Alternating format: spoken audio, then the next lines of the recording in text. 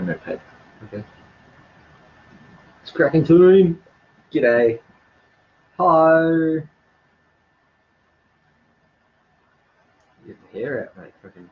Yeah, That's a party. good day for the hair out, Is it? I reckon. Yeah. God, my ears look so big. They are. Holy Jesus. Did you just realise this? Maybe. Like the hair in the background just makes them I'll wing that. so pointy. Oh, Are you live streaming the live stream? maybe. Liveception. That looks crazy. Oh shit, there's already people watching, mate. Damn, they can see me doing what I'm doing. Yeah. G'day, Josh. How you going, mate? Oh, Shana Lee. What's going on, people? Good to see you today.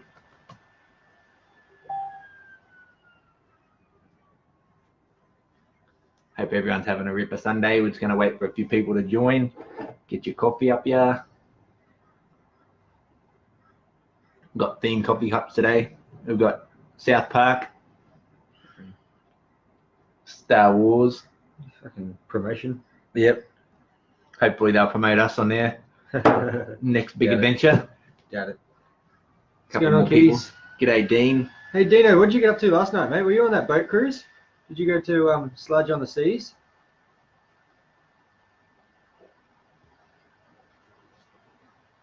What were we doing? We were celebrating Chalky's birthday party. 27. Yeah, The Ginger Ninja. the Ginger Ninja. The crazy drummer guy. Yeah. No, you see, we had a good party. There was a quiet gathering and we talked a lot of shit as usual. but Yeah. Hanging out That's with good. people. Good to catch up with everyone. It's interesting, you know. I'd love to hear how the boat cruise went. If anybody was on it. Yeah, it's sold out. Evil. Is it Evil Eye? Evil Eye and, Evil Eye. and who else is on there? There's Piston Fist. Piston Fist, yeah. Couple of bands. local boys. I think last time they had Flaming Wreckage on it. Oh, really? Yeah, but That'd be good to travel for that. Yeah, I don't know who was on it this time Yeah, okay. because I wasn't planning on going on it. Yeah, okay. But yeah, we'd love to see how it went. Happy birthday to Chalky Yeah, for yesterday. Good on him. He's one of our most passionate fans and obviously probably the most passionate metalhead in Brisbane. So That's right. everyone send him a message, just say happy birthday and wish him luck. That was for yesterday. But Yeah, for yesterday, yeah. But Yeah. yeah, Good times. Good times. so we got a few Just more gonna people deal with rolling. this fucking light thing that's going on here. Yeah. We got to look pretty for the live stream. So Yeah. Not a big ass fucking glowing white beacon. Is it this one? no, the other one there on the This right. one. This is Yeah, the- yeah, that's yeah. it. Oh, yeah, you've done it. Good catch. He's fucked it. So yeah, So yeah. pretty warm up here in Brisbane today. Winter's almost over. Feels like we don't it's even well have over. winter in Brisbane, mate. No, that's true. That's true. All right. No worries. A couple of people. Couple of people worth talking to. Hope you're interested in what we have to say today. Obviously, the title, Wired to Thrive. How do we use social media for good in our lives? You know, we just want to have a conversation with you guys and, you know, right. continue a little bit on from last time. We were talking about, you know, the pros and cons of social media. Yeah, Metal Church. Keen for that one. Get to church. Yeah. No, keen for Metal Church. That's gonna be. It's 2 weeks away. Next Saturday week, yeah. Hmm. Saturday week. Yeah. No, it's really excited to hit the stage again and with a new lineup and some new songs and New blokes. Yeah. New Yeah. blokes. new energy. It's gonna be a different Wartooth show, but I'm excited to see how it'll go. For sure. Yeah. That was sort of our introduction, wasn't it? Well, I guess it was. Yeah, no, keen. No, the boys are going really well at rehearsal and everything. Rehearsals have been good.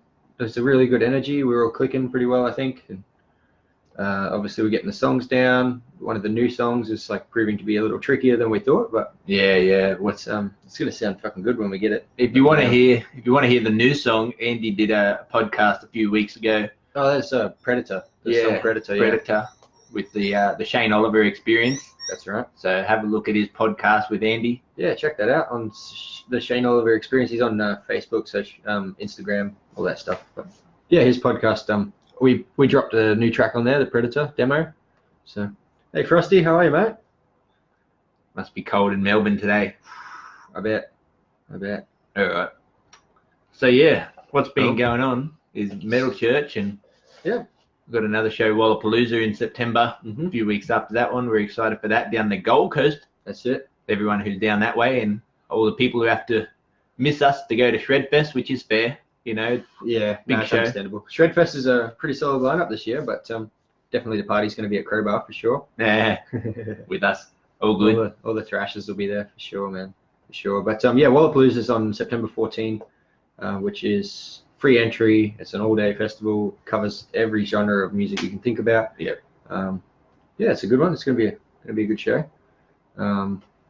And then we've got Steel Assassins in Sydney coming up in November. Yep. And we've got a couple other shows which are yet to be announced, which we're getting excited for as well. Yeah. Other shows just confirmed last week. Happy for that one. The end of the year. That's just two. Two? Yeah. There'll be more information about that coming soon. So it must be really new. Yeah. Very excited. I don't even know about the second one, so. Yeah, you do. Do I? Yeah, that's fine. We'll talk All about right, that. I'll talk about that later in anyway. secret code. That's right. Yeah.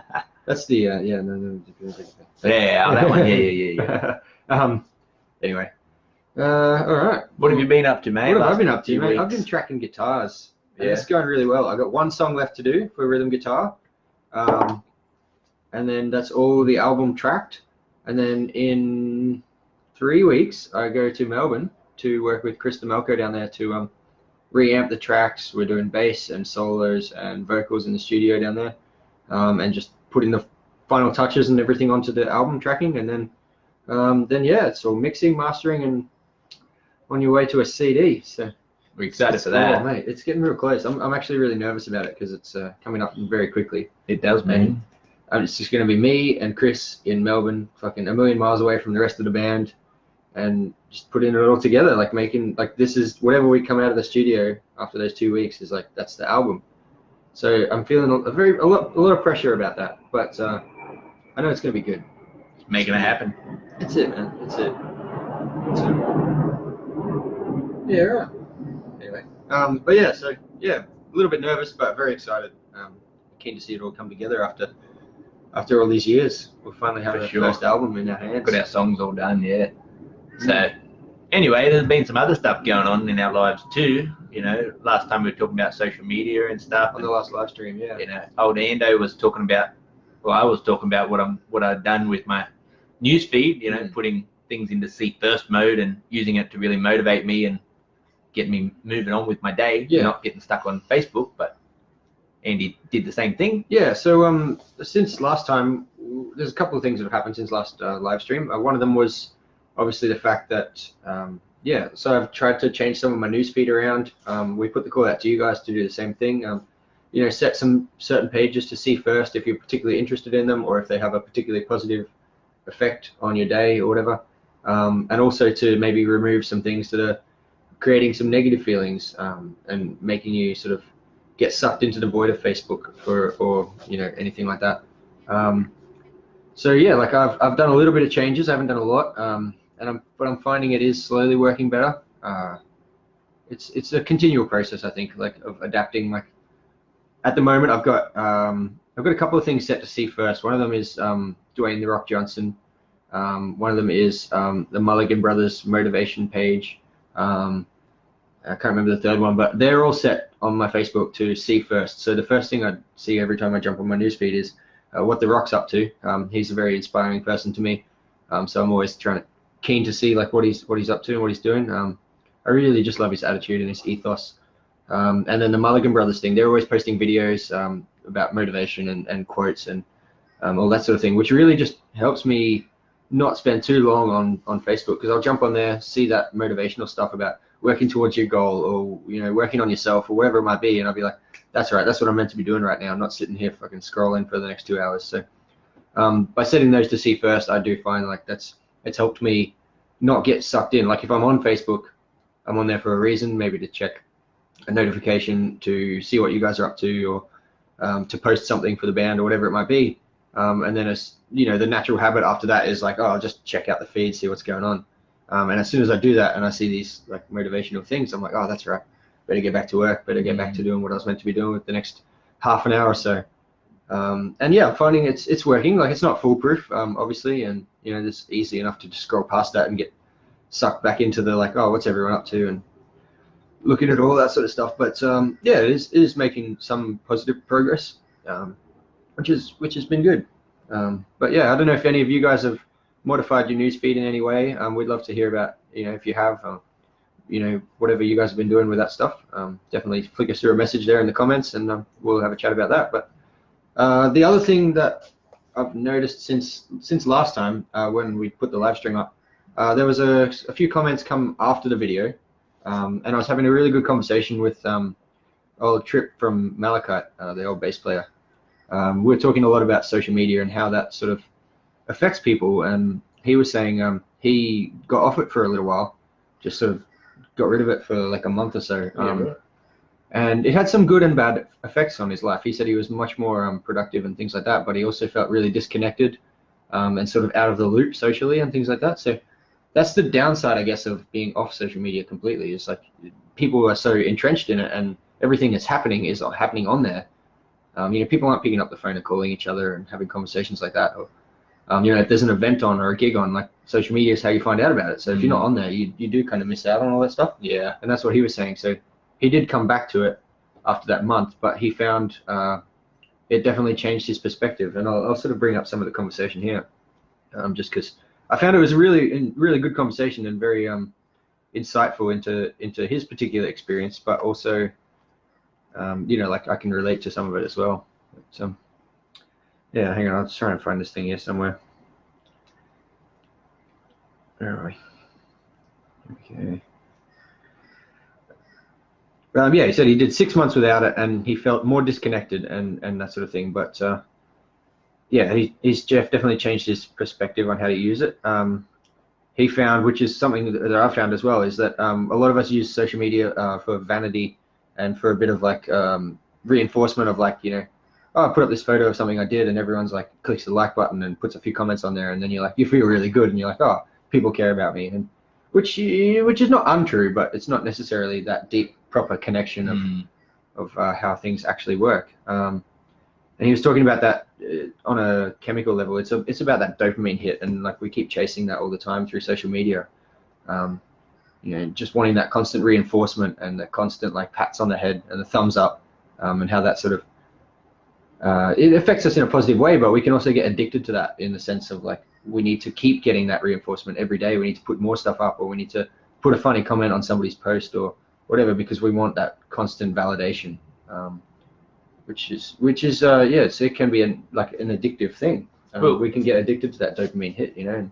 For sure. I think one thing there is, like, you know, it's so cheap and easy to get that, you know, to put up something that might be simple in your life, but then you got filters and those things, you know, we spoke about last time. You can just put those up, you know, edited versions of your life, because it's not capturing your whole day, just capturing one moment of positivity or whatever.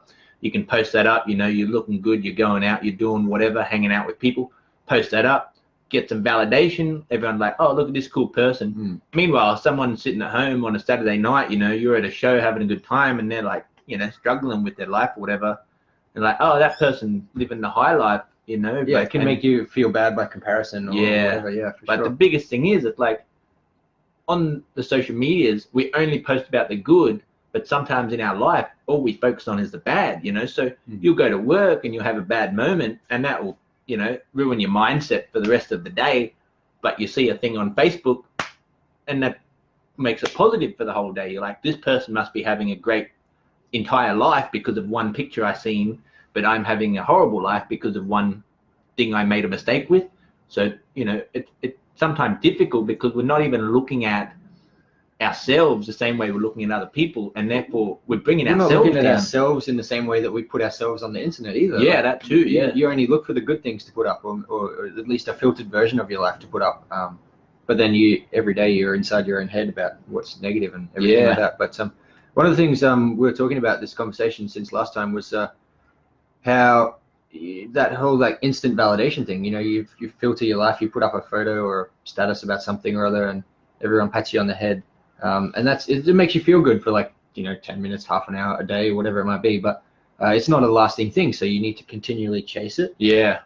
Whereas the opposite effect of like if you want proper sort of fulfillment and to really like feel confident about yourself and what you're up to, like I think validation actually works against that, because it's just this surface level, like, yeah, everyone gives you a thumbs up, like, good on you, you're doing a good thing, and then you need that every so often to like keep that going. Whereas if you're working on yourself for yourself and you're sort of trying to find your own inner, like, I don't know, inner peace, but like that inner bliss, whatever the word is, fulfillment, like by achieving things and actually working towards goals and doing things like that, like that is much more long-lasting sort of fulfillment, I think.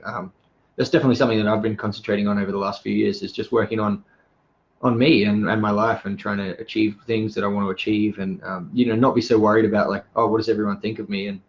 And especially with the band, like that's kind of a balance, putting the band out there, and we're trying to make music, but it's like you can go two ways with that. It's like we're trying to make music and we want everyone to like it and to give us a thumbs up and be like, oh, we love your song, or we love that gig photo, or whatever.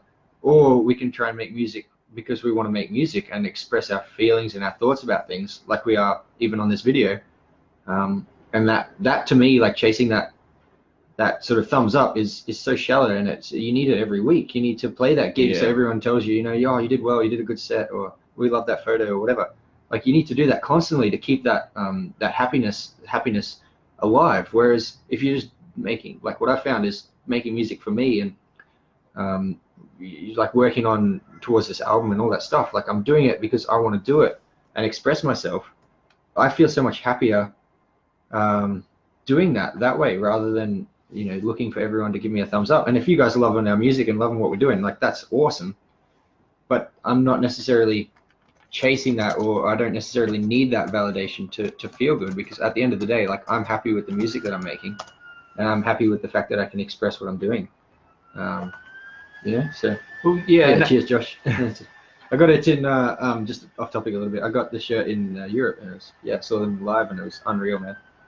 That's something, man. Like as a band, yes, we do a lot of things on social media and stuff like that, but it's not for glorification or anything like that. Like the biggest thing is that we want to be who we are, and we're doing what we want to do, and we want to share those moments with our fans and people who are also enjoying those moments. So it's important that we're posting things that other people can get around, like put up a gig poster or whatever, put up a photo from a show. People who are there, they reflect on the emotion and the feelings that created for them. Well, we're not putting out a gig photo at like, oh, look at us playing on stage, and everyone's like, yeah, good for you.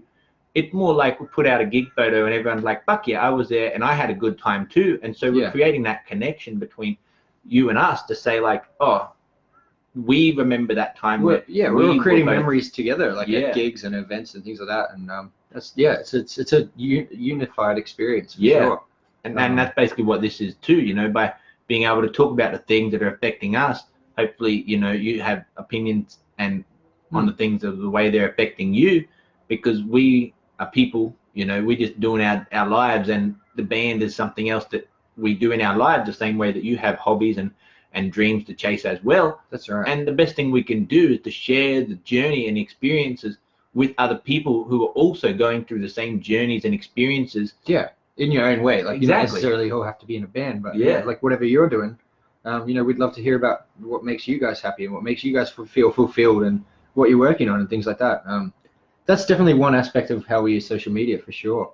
And I think another way that we're using social media at the moment, like which we're only just sort of starting to get into, is for like marketing and advertising and trying to get our music and stuff out there to people to hear it, to see what you guys think, and to connect with more and more people, I think. And that's the biggest thing. Like we're trying to do something for ourselves, like we get fulfillment out of doing the things we do. And so we can connect with more people in Australia and around the world.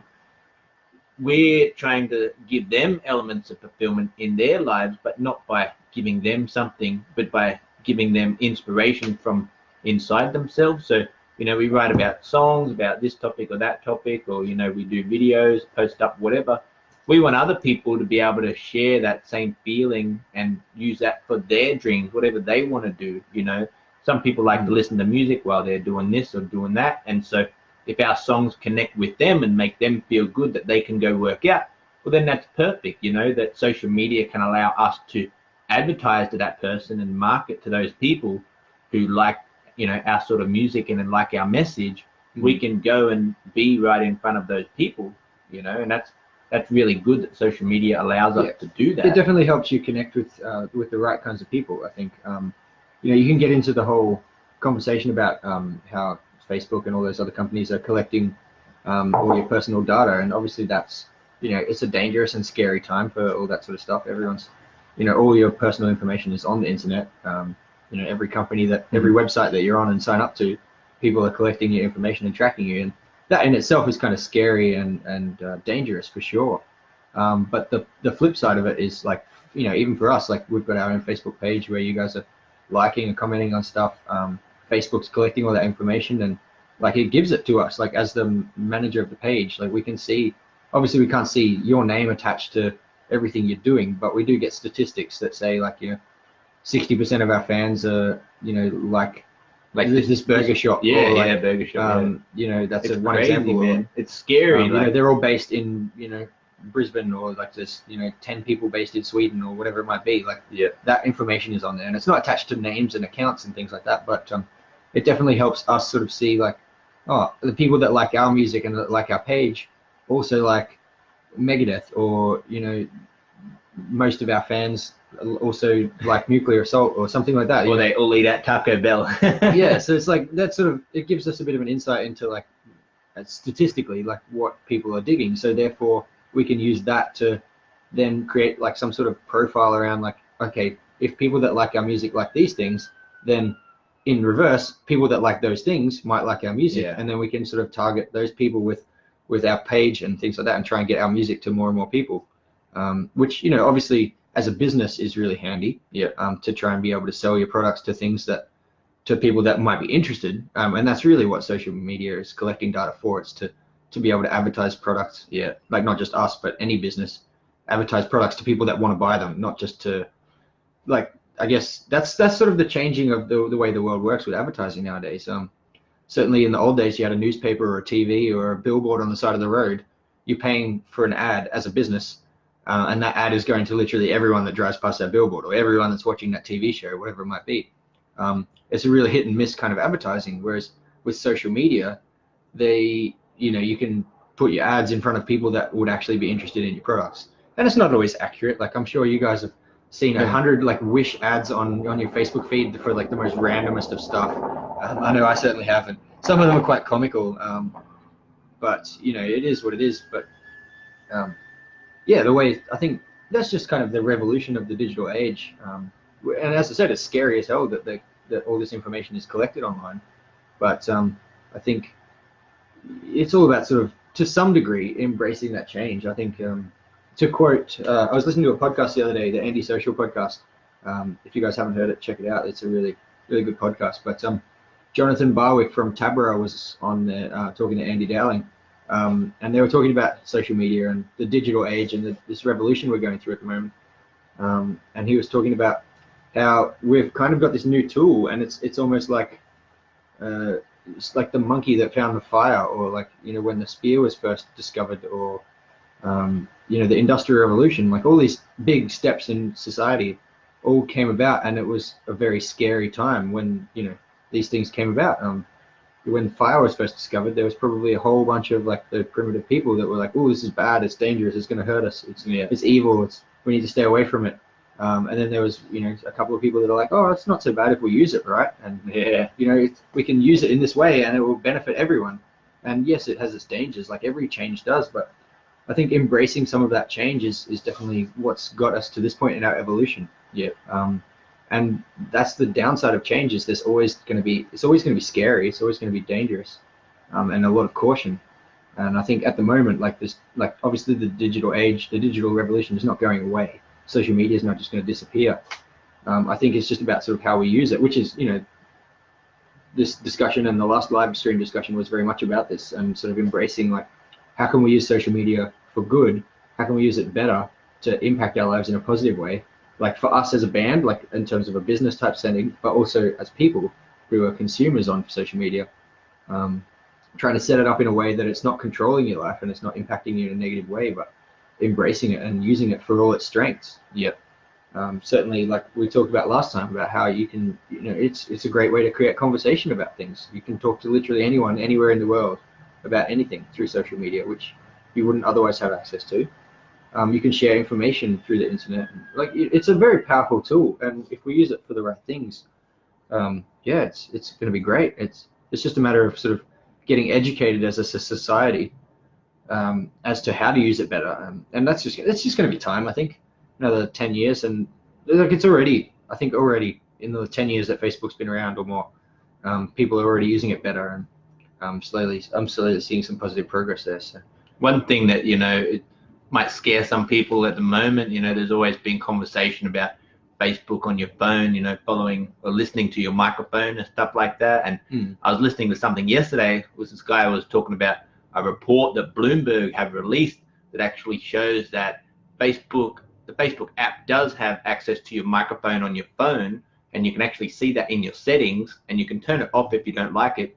But Facebook actually do record through your microphone, and then they actually have people who are transcribing all of that audio, and then they can use that as data, to be able to use for advertisers and things like that. So, whether that's good or bad, really up personal opinion, because for me, like, I don't want to be advertised, baby kitten stuff, because I don't have any cats. So there's no point Facebook ad popping up to me with cat toys or cat food or whatever.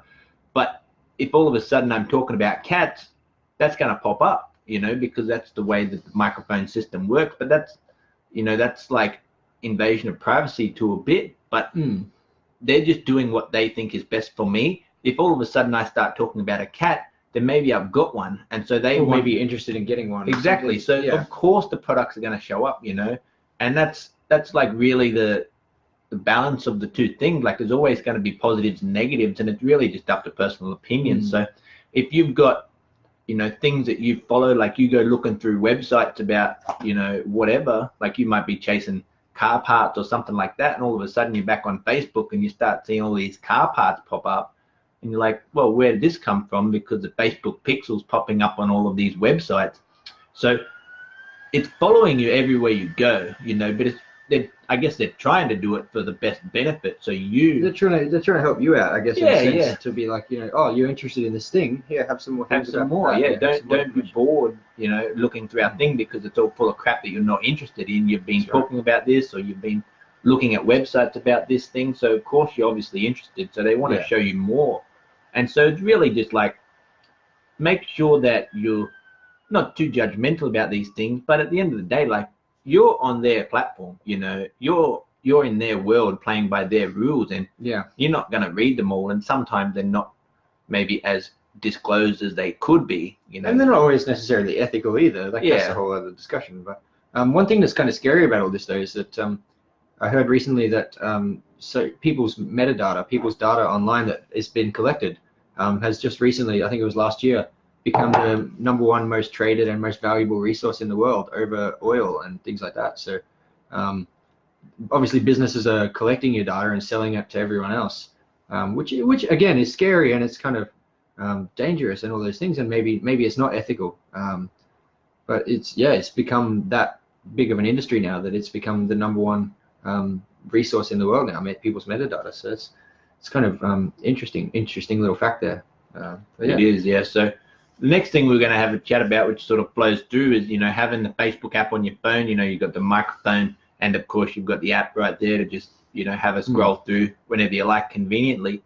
But I've seen a few people in my life who have started to get rid of the app off their phone just because they've realized how much time has taken of their life, and it's becoming too much of a distraction, which is cool.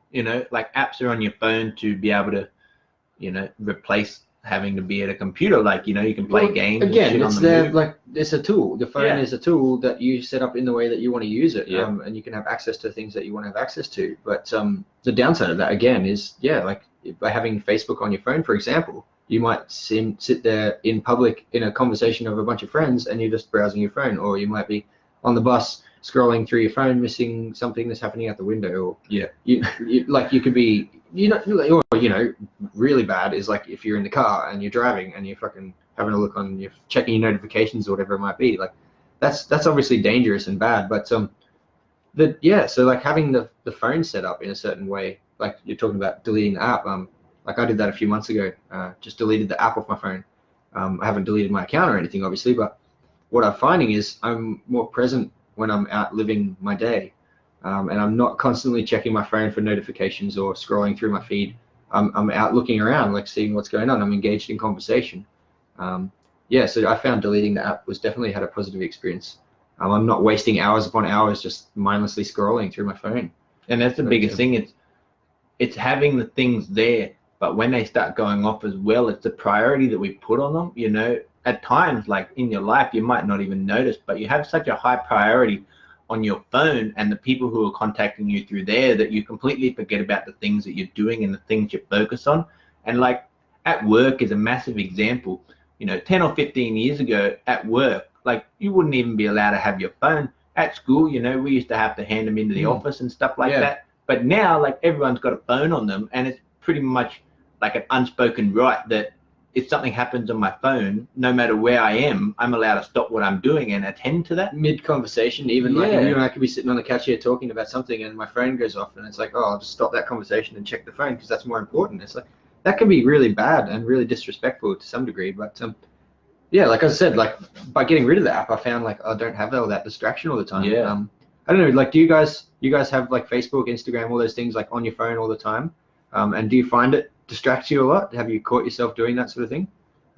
It's one of those things, once you start to realize that like, oh, I'm doing uni work or I'm studying or I'm reading or I'm talking to people, whether it's a Facebook app or Instagram or emails or messages or phone calls, whatever, all of a sudden, once you start to realize what you drop to all of a sudden go and attend to your phone, sometimes it's not even anything important, but your phone could just go off and be like, oh, somebody liked this thing or whatever, and it's like, I'm going to stop this conversation that I'm having just to check that. Like, that's not really that great. It seems to be, unfortunately, like we've just put such a high priority on our phone and the things that happen in our life that we are able to drop what we're physically doing and have to tend to the technology, which is quite unfortunate, because we're missing out, like he was talking about, we're missing out on so many things that are happening.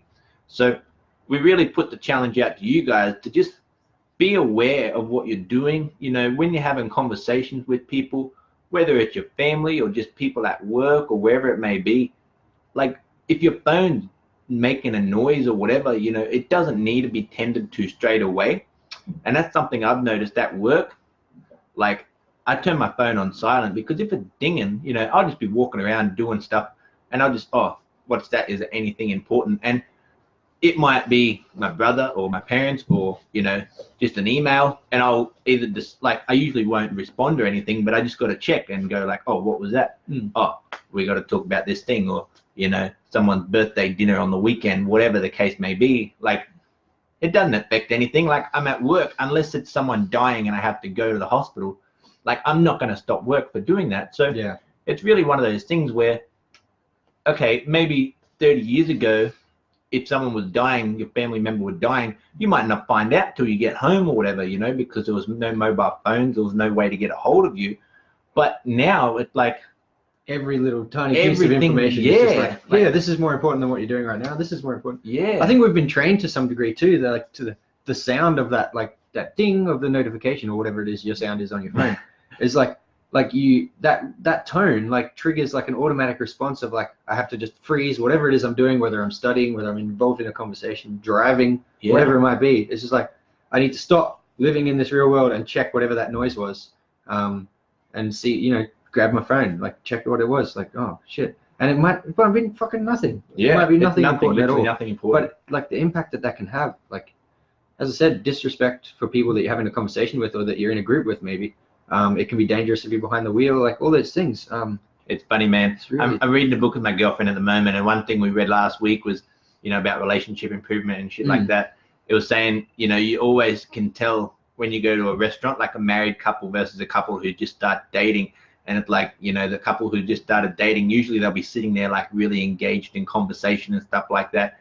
But the married or the people who have been together longer, like, you know, they'll go out to dinner and they might as well just have stayed home. Like, they're just going to be on their phone, they're gazing off, they're not even interacting with each other, you know. And it's like, man, that really sucks, you know, because this technology has stolen some of that, you know. And I catch myself all the time, like, you're sitting there talking to someone or someone else will be talking to you, and like, it's not an important conversation, but it's just like, you'd both rather just be staring at your phones. And it's like, that's messed up, man. You know, you've got to keep that human interaction. And so I've tried to really prioritize when I'm doing things.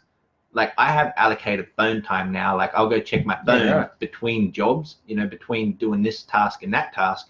So if anything's happened, you know, I can respond. But I'm going to go put that down, and I'm going to, you know, go talk to someone. I'm going to go practice drums or do stuff on my computer. Away from your phone. Yeah, I need to focus, man. Like, I'm trying to get done what I'm trying to get done. And like, drum practice. Yeah, drum practice is a huge thing. Like, you do not want to have your phone anywhere near you, because you're trying to get in the zone. When you're writing music, you're trying to get in the zone. When you're reading, like studying, whatever it might be, area at work or mental.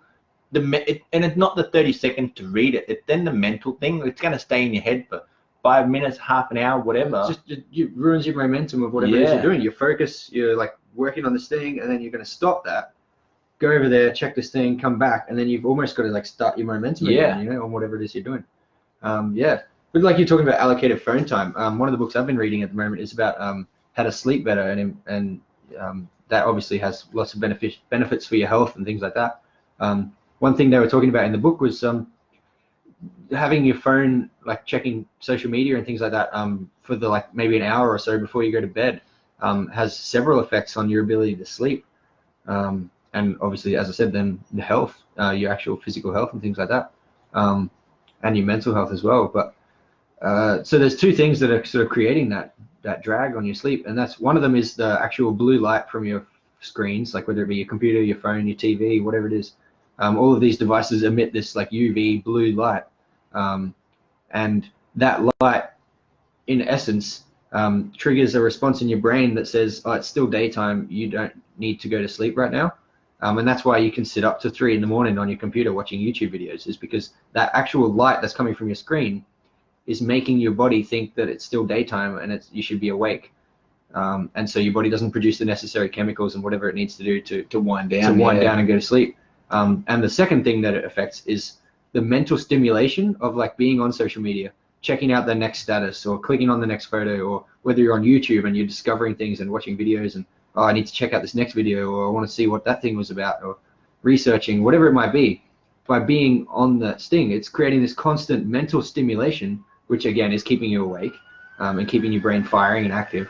And so what the book talks about is getting off all screens, social media, everything, for like at least an hour to 90 minutes before you go to sleep, and helping your body wind down. And you know, if your phone's going off with notifications, just try and ignore them, or put your phone on silent or whatever it might be, and just let your body wind down before you go to sleep. And then what happens is when you go to sleep, instantly you can fall asleep so much better, because your brain's already started the sleep process while you're awake. The chemicals, the right chemicals, the melatonin, and that has a massive effect on your physical health and the ability to wake up early in the morning and all those things. I'm really excited about this book. I'm only partway through it, but that was just one of the tips on how to sleep better, is to just get off your phone and off all screens for like an hour or so. And that's the other thing, like you talked about that blue light, you know, you get it from computers, any sort of screen, and it's just stopping that chemical production of your body starting to wind down to go to sleep. So like he's talking about, you know, just creating a window, some sort of curfew in your life to say, like, from this time, just block out some time. And like I was listening to a podcast with the same guy who's written this book that he's reading, and he was talking about, you know, for every hour that you spend on a screen with a blue light after dark, can actually affect your chemical production by 15 minutes for every hour. So if you're on your phone, I think it's the other way around. No. So if you spend like an hour on a screen at night, then it can stop the chemical production for 15 minutes. So if you're on for 3 hours, then it will take you like 45 minutes longer for the chemicals to kick in after that 3 hours. Like once you go to sleep. So that's right. Yeah. So it's all about like that screen. is messing with your body. Like you won't even feel it or nothing. You don't even realize it's happening until you become aware of it. And Yeah. like I've been trying to implement this 90-minute block before I go to sleep for about a week and a half now. It's only a recent thing, and I'm finding like it's had a bunch of effects. One of them being that I'm finding I'm getting to sleep a lot quicker and easier, and I'm getting tired earlier at nighttime. The other effect I'm finding it's having is I'm like I had to find something to do during that 90 minutes before I go to sleep. What do I do? And I'm finding I'm like reading, or I might be sewing some patches on my battle jacket or whatever. So I'm actually using that time in a positive way, and not just sitting there fucking scrolling through Facebook or Instagram or whatever. So I'm being somewhat productive with my time, but also it's obviously affecting my health and things like that in a positive way. But I think the biggest thing was just that, like having that block of time away from the screens meant that I just wasn't so addicted to it. And as I said, like I actually go to bed if I say I want to go to bed at 10:30, then 9 o'clock comes around, it's like, all right, screen's off, time to do something else. And then I always go to bed at 10:30. If I say, I'm going to go to bed at 10:30 and I'm just going to be on social media for like the last 45 minutes from say from 9:30 to 10:30, I'll be on social media. And I say, no, I've got to go to bed at 10:30 because I've got to get up for work or whatever it might be. Fucking 2 o'clock in the morning rolls around, I'm still on Facebook. It's like, oh shit, I was meant to go to bed at 10:30. Or I might be on YouTube like 17 videos deep about some conspiracy or fucking whatever it might be, researching something. But it's this, like when you're on there, it's just constantly stimulating you to like check the next status, check the next video, check the next bit of information. Like you're always just constantly looking for the next thing. So yeah, it's like I find if you need to go to bed at a certain time, get off the screens an hour or an hour and a half before that time, and then whatever it is you're going to do during that last hour or so, it actually makes you wind down, and then you go to bed when you need to go to bed, or when you say you wanted to go to bed. Yeah, keeping yourself. Yeah, it's really hard to sort of kick that addiction. And as I said, like just for a week or so, I've been doing it now, and it's going well. One thing that I've been doing, he's been stopping it altogether. I do a lot of my computer work at nighttime because it's best at the back end of the day. But one thing this fella said, that wrote this book, there's this program called F.Lux or Flux, and what it does, and you can get it on your computer, it basically does the same thing that night shift mode will do on your phone. So it'll take away that blue light, and so your screen actually becomes like a bit of a yellowy green, but it's taking away that stimulation that your body thinks it's still daylight. It's eliminating that. So your screen becomes like a bit yellowy. The first time I did it, man, I thought I was like, I almost fell asleep because I turned it on to start at about maybe 5:30 because it's winter, the sun still goes down pretty early. And what it does, once it kicks on, it'll start counting down. So you set what time you wake up in the morning, and it's like 8 hours till bed and 7.5 hours. It gives you reminders as you're going. With little notifications. Yeah, and so the screen's gone a bit yellowy, so it's taken away the blue light. So you're able to become a bit more tired, but then you've also got this constant reminder of when you've got to wake up. So you've got to get a certain amount of sleep. It's a constant reminder. So I'm not finding it like a massive thing to be able to need to go away from the screens and do something. It doesn't else. stop the mental stimulation though. Like no, it doesn't stop that aspect of it. I'm using the same tool. And your eyes get tired. Yeah. Because it's orange glow coming from your screen instead of blue. Your eyes start to be like, because it's darkness. It's like I need to. Okay, I'm getting a bit sleepy now. Whereas with the blue light, you just sit up there like wired all night long, just fucking like go. Danny, did you just send a message through? You've been doing the same sort of change with your sleep patterns. Like what sort of things? What have you been up to? Like what are you changing? What are you working on? Love to hear about some of that, man. Interested to see. There's so much information out there about like everything, and this month, like we've both just sort of been worrying about sleep and sleeping. What you're doing at nighttime. Most effectively, and like how to make that sleep more effective, just so you can get more things done with the day. That's it. You don't want to have to sleep for 10 hours. Social media's got a massive impact on things like your sleep, man. You don't even realize like what's going on here, but it's like we said, like it distracts you, like the notification thing. Every time your phone goes off, you're trained to just check your phone, stop what you're doing. Yeah. Like you don't necessarily even know that's happening until it's already happened, and then you're like, actually, wow, I've been trained like a robot or like a dog to be like, every time my phone goes bing, it's like, oh, go do that thing, like on autopilot. It's controlling you in that way. It affects your sleep by sitting up on it all night. it's having tons of effects on your body and on your mind that you don't even realize. And it's not until you start looking into all these things you realize like how deep the rabbit hole goes. But Yeah. again, it's not necessarily a bad tool. The social media as a whole is not, or the internet is not like this evil thing. We're not trying to say, you know, get off it and stay away from it. It's just it's how we're using it and not letting it control your life, and instead using it for the benefits that it has. Yeah. You know, like Dean sent a thing through before saying it's really helpful for his band. You know, it's getting in contact with promoters and promoting your band to people and you know, connecting with fans and all that stuff. Like obviously, like we're having a similar experience. Just for Wartooth, having social media is amazing because massive we don't have to get out in front of random people in a random city to convert people to like liking our music. Hopefully, impress them. Yeah. But how do we even get them to the shows? Like exactly. How do you know? Like obviously, the bands have existed for a long time and have been doing this sort of stuff. But yeah, social media definitely gives you that access to people all over the world, like instantly. That's a positive for a band, for sure. There's plenty of positives for it. I think. Yeah, it's just. Did we ask about the curfew? Yeah, well, we just spoke about it. But like, are you guys have you guys got like a block of time where you say like, you know, no phones, whether it be at night, during the day, at work, whatever it is, or you just sort of say, I need this block of time to be productive here or whatever. To lock in and focus, no social media, whatever. Put it away. Do you guys do anything like that? You know, we're interested to hear because like we're trying to make improvements in ourselves, and yeah, like we don't have all the answers. For no, sure. and it's like, still figuring this what do stuff you out. know? You know, we want to know like if there's something that's working for you. Hey, we can give that a try. Like he started reading this book, and it just so happened coincidentally, you know, I was listening to a podcast basically the same time with the same guy. It was the same guy, and it's like, oh, this dude said this, and I'm like, oh, this guy said this, and it's like, what's the guy? Oh shit, we're talking about the same dude, you know? And it's and it, you know, for anybody who's interested, the guy's name is Sean Stevenson. This is the book that I'm reading at the moment. It's Sleep Smarter. Yeah. And what podcast was he on? I was listening to the Ed Milet podcast. Yeah. But Sean Stevenson's actually got his own podcast as well, where he talks about health and all these things. But yeah, if any of you guys are interested in that, definitely check it out. I can really recommend the book. So far, it's going really well. But we're interested to see if you guys have got any sort of tips and tricks on how to not let social media control your life, or like as I said, we don't have all the answers. We're still figuring it out ourselves.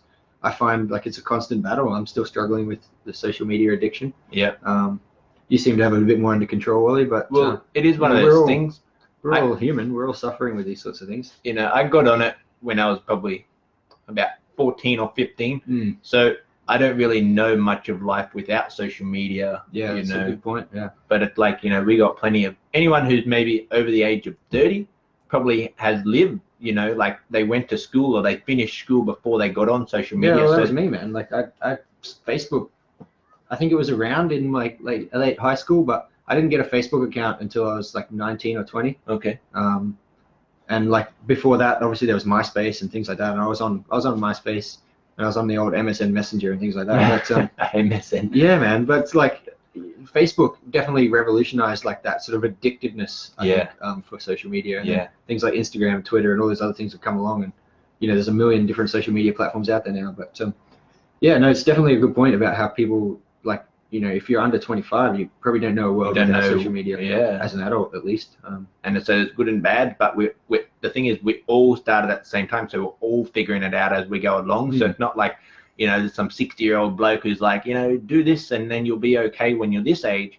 For, you know, people might be like 10 years old now, they're getting on Facebook, and when they're 30 or 40, like, who the hell knows if they're going to be able to communicate, or if they're, you know, their whole world's going to be destroyed, or well, that's what I was saying before about it. Like, it's a big revolution at the moment, and with any big social revolution like this, it has a bunch of impacts that you don't know the impacts until 20, 30, 40 years down the track. And it's affected a whole generation of people. You know, like, and then like, you know, you think about the Industrial Revolution when that came around with all the pollution and all the you know, the coal burning and all that stuff. Like, it took 100 years. It took nearly 100 years to realize, like, oh shit, this is really bad for the planet. This is really bad for our health, and all these things, you know. And obviously, it's got its benefits, but like now we're trying to implement like ways of minimizing all those impacts. And the social media revolution, the digital revolution, is the same. You know, it's in 20, 30 years time, we're going to realize, like, oh, okay, these are some good things about it, but here's a bunch of bad things about it. We need to change the way we use it. It's just part of any change. I think there's always a teething process. Yeah, Dino said he was here before social media and he really digs it. Doesn't mind spending time on it. Yeah, okay. It is really good for the bands, I think, and any business, not just music, but any business. I think social media is a really powerful tool for connecting with people. How's our dad, right? he doesn't want a bar of social media. Hey, he just Which thinks is that, fine. You know, you know, everyone's got their yeah, things, but and our grandparents are a bit the same. Like one of them's on Facebook and the other one's not.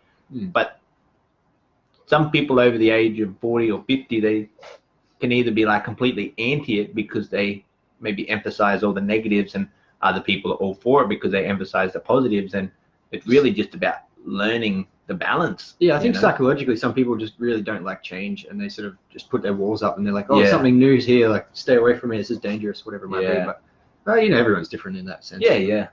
Again, I think the change is good and the positive impacts of it is good. It's just about sort of using it in the right way and using it a bit wisely. Yeah. What do you reckon, mate? Well, I think we've had a fucking big conversation, man. We've been talking for a long time. But just going to read this last thing from Danny, see what he says here. Holy post.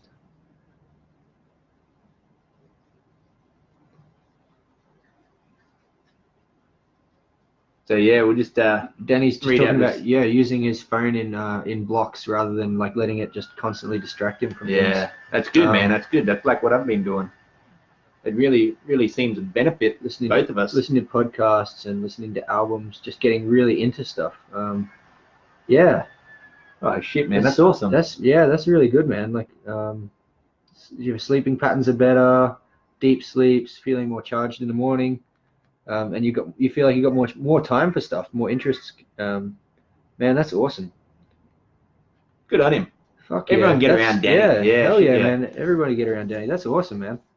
That's what we're here for, man. In 4 weeks, it's made so much difference. And yeah, like I'm finding similar things, man. The more I change the way I use things like social media, the more positive impacts it's having on the way I feel in my life. That's really cool, man. Fuck yeah. Awesome. Yeah, I'd love to keep chatting to you about this, Danny, man. I'm gonna send you a message a bit later or whatever, man. We'll continue this conversation. That's really cool. I'd love to sort of figure out exactly what you've been doing and how you've been doing this sort of stuff, man. That's awesome. But yeah, anyway, I think, as I said, we've been talking for a while here. I think we should probably wrap it up a bit.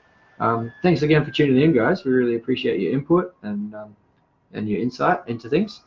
You got any sort of plugs or anything we need to cover? Some bit of business. Obviously, we've got Metal Church coming up a couple of weeks' time. There you go. We're excited for that. So anyone who's in the Brisbane area and they're not going to Shredfest, or maybe they like Metal Church more than some of the bands that are playing. I'd go to Metal Church. Go to Shredfest in the afternoon and then swing around Crowbar about 8:30. Come around 8:30. Check out Wartooth, Asylum, Metal Church, or at least Wartooth. So we can head back to Shredfest afterwards. Yeah, let's all go to Shredfest. We need to organise a minibus. Minibus, yeah, like a little courtesy bus that goes from Chardon's Corner at like 7:30, 8 o'clock. Yeah. To Crowbar. Quickly run up at like 11 or something. Yeah, but hopefully see as many people there as possible. We're really excited for our first show back. Yeah, man. If anyone is in Brisbane, aren't able to catch that show, or you just want to buy a shirt, you can get them from our Bandcamp site. Well, he's just chucked up a link there in the comments. Just in the comments section. So anyway, you can buy a new shirt from us or a patch. Patches and shirts.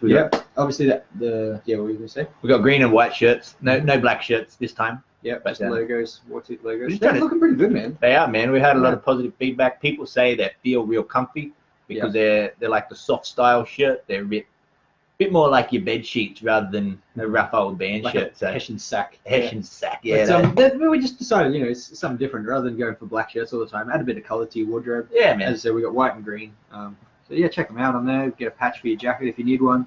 The album is coming along really well. As I said, we've got one more guitar track to do, which I'm doing once I finish this video. I'm going to sit down and nail that one. Last song. Yeah, last one. And then, we're in the studio next month. So it's all coming together, so we can't wait to get that out to you guys.